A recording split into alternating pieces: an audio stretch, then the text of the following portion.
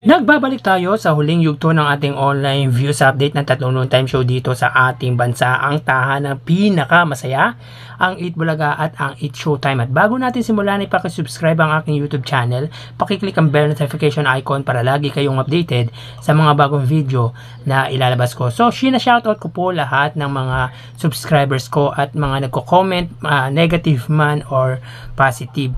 Again, thank you very much. So tara ating alamin ang online viewership ng tatlong noon time show para sa tahanang pinakamasaya Undertape Incorporated Facebook page na may 328k followers, sa Eat Bulaga Under TVJ Facebook page na may 1.9 million followers, at sa Eat Showtime na may 16 million followers. So as of 2:15, ang tahanang pinakamasaya, sila ay mayroong 389 live viewers. Ang Eat Bulaga naman po ay may kasalukuyang 4.3k live viewers, at ang Eat Showtime ay may kasalukuyang 9.5k live viewers. So click po natin para po sa tahanang pinakamasaya na ginagaya po ang one for all for one.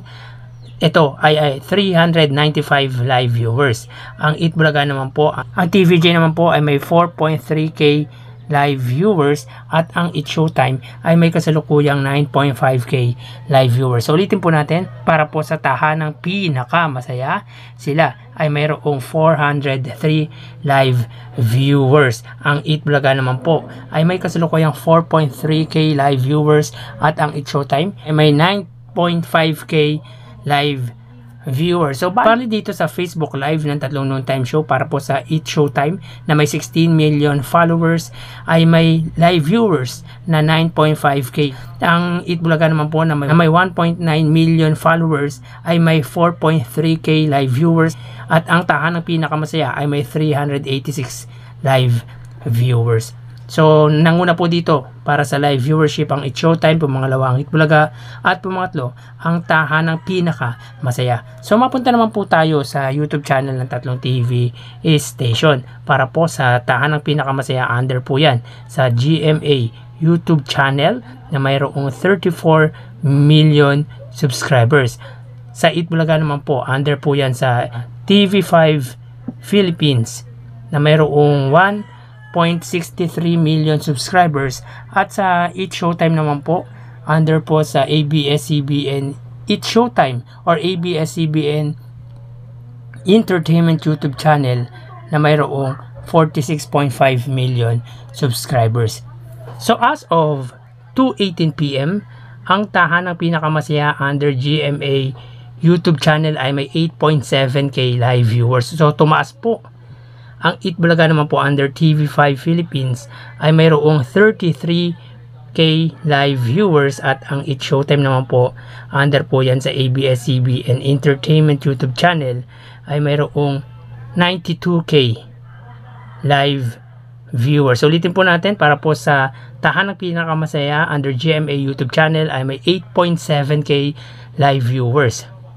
Ang Eat Bulaga naman po ay may 33k live viewers, at ang Eat Showtime ay may 92k live viewers. Bali dito sa main YouTube channel ng tatlong noon time show, sa 46.5 million subscribers ng ABS-CBN, sila ay may 92k live viewers. Ang Eat Bulaga naman po, under po sa TV5 na mayroong 1.63 million subscribers, ay may 33k live viewers. Sa GMA Network na may 34 million ay may 8.7k live viewers. So bali, pagsusumahin natin yan, ang mataas sa percentage ang Eat Bulaga. Pero dito sa live viewership, ang nanguna ay ang ABS-CBN, pumangalawa ang Eat Bulaga, at pumangatlo ang tahanang pinaka masaya. So mapunta naman po tayo sa main YouTube channel ng tatlong noon time show para po sa tahanang pinaka masaya na mayroong 1.36k subscribers or 1.39k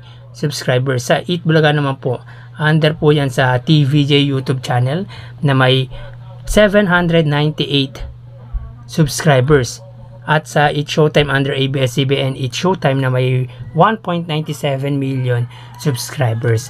So as of 2:20 PM, ang tahanang pinakamasaya, sila ay may 258 live viewers. Ang Eat Bulaga naman po ay may 30k live viewers at ang Eat Showtime ay may 54k live viewers. So ulitin po natin, para po sa Tahanang Pinakamasaya, sila ay may 243 live viewers.